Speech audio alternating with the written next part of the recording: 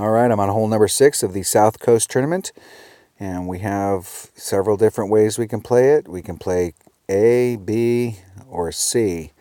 I'm going for C.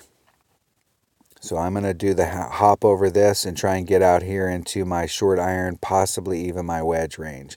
One of my teammates today did this with a big topper and got a beautiful bounce and was actually out like really close to the rough on this side right here and was in his wedge range. That would be, if you hit this shot right here, even if you end up down in this spot right here, you're eking towards your maximum short iron. Depending on the ball that you bring, you may be able to get out here, and if you bring a big enough ball, you'll be in your short iron range. A lot of people, I think, are going to end up out in this area, and that's going to be a long iron in. If you can get down here into your wedge range and have a wedge in, that is a significant advantage on this par 4 of being able to get an eagle. And I played this hole, of all of the holes out there, I think I got this one the most. And what I've seen out here is that you can see where all the little pixels are on the green here, where you got all these little pixels in here where the hillside is. If you hit on this hillside and your ball starts to move even just a little teeny bit, you're in the sand. I mean, it'll roll right down this hill and you're going to end up in the sand. It'll roll down the hill and it'll slow down a little bit when it gets to the fairway, and then it'll hit that rough and it'll drop like a rocket into the sand. And you're taking a sand shot to try and get your birdie on this par 4. We cannot mess around with the front slope of this green. I mean, we cannot mess around with it. So the closer you can get here to give yourself that shot to get that eagle, the more chance you have of, even if you miss the eagle, you're going to end up on the back side of the green where it's flat. If you're coming at it from a distance and you're trying to judge the speed coming up this hill and you're trying to just roll it into the cup and you end up short, you're in the sand. And we do not want to end up in the sand here. I mean, I would rather come out here and just get a birdie every time I come to this than ever end up in that sand, because there's going to be a bunch of people playing that are going to end up in the sand. So let's go check out this hole here. I'm going to bring a extra mile. I want to make sure I've got all of my accurate stuff for that. I'm going to switch this up just because I don't need it right now. I'm going to switch to a Guardian. And then I want to take a Kingmaker. And I want to take a Kingmaker because I need all that side spin, and we don't really need any more distance than a Kingmaker here. And this would be a good hole for a big topper. I feel pretty comfortable taking the shot with my extra mile, but if your extra mile is not quite developed enough and you don't feel comfortable doing it, try out some of your other clubs. I think a lot of people, you get certain clubs that are the really popular ones, and then once they get them, they just, they don't play with the rest of their clubs. And we're not always going to play with them, but, going out for a couple days and just playing with your big dog and getting used to how to play it. One of my teammates last week asked about, whether it was worth upgrading the machete. And my response to him is that when you get enough coins that you're upgrading all your clubs, then go ahead and upgrade your machete. But the only time we really use a machete is in tournaments where you're on one of those holes where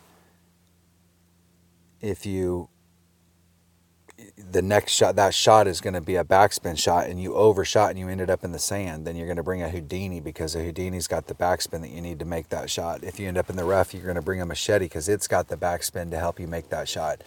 If you ended up in the fairway, you brought your Saturn or one of the clubs that had lots of backspin. So if you overshoot it, then you're going to you want to make sure you have those other clubs in your bag. But getting comfortable, all those clubs you have in your bag, you worked really hard to open up all the chests to get those clubs. Some of those clubs you will never use. You will never use a down and one unless you're just out messing around. You'll never use one in a tournament. Why would you? I mean, you got much better clubs to help you get a better score. But there's a lot of clubs in your bag that every now and then you may pop that club out.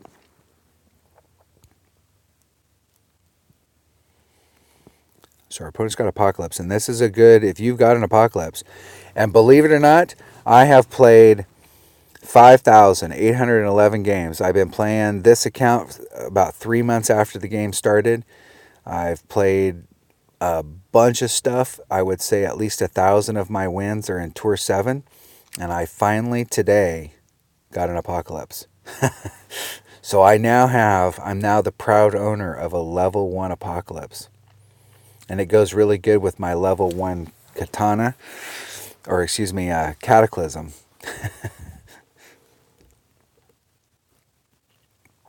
Uh-oh. Uh-oh. Whew.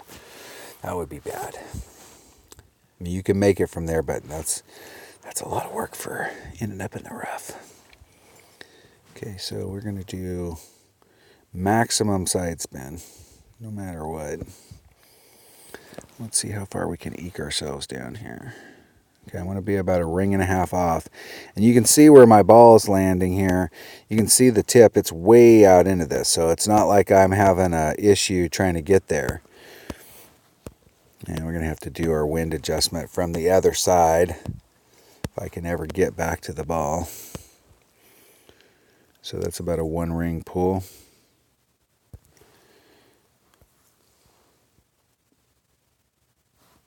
Isn't it perfect?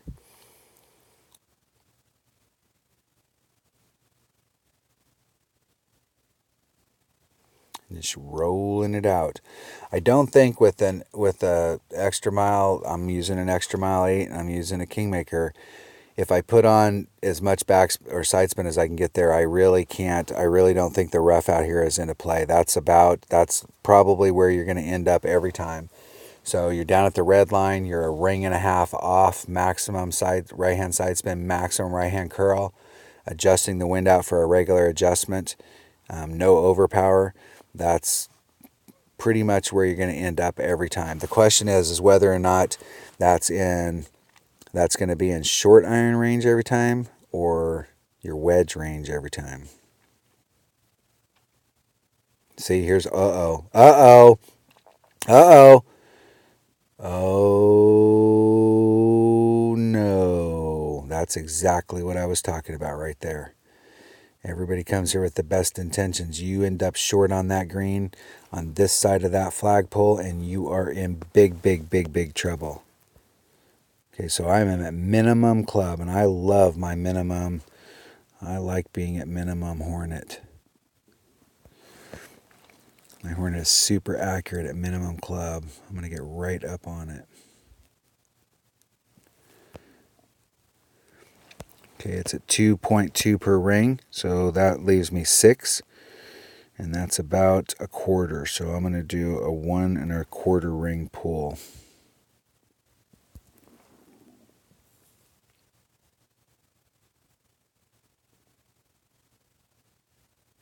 Oh, I hit it great to the right.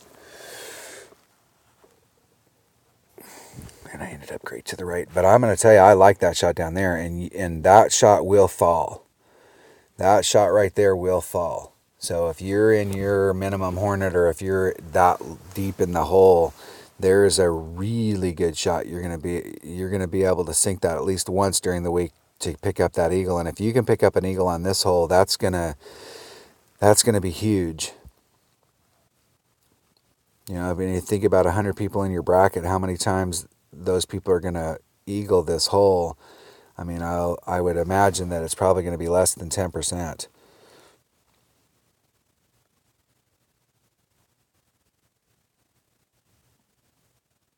And there's going to be a bunch of people that are going to do exactly what our opponent did. They came here with the best of intentions and ended up dropping the shot because they rolled off the front of the screen. And this is going to be one of those once bitten, twice shy type deals. You know, the first time it happens to you, you will not want that to happen again. But I do like that shot from down there. And whatever it takes in your bag in order to get to that spot, that's exactly what you want to do. I will give my opponent the win. It's his consolation prize.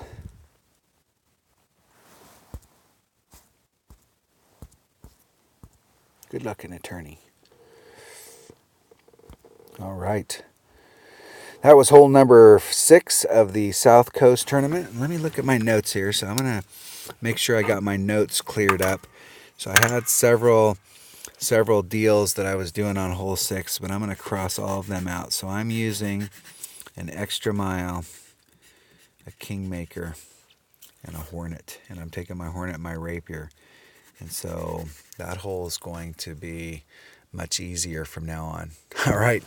That was hole number 6 of the Southcoast tournament in the rookie division. Thanks for watching.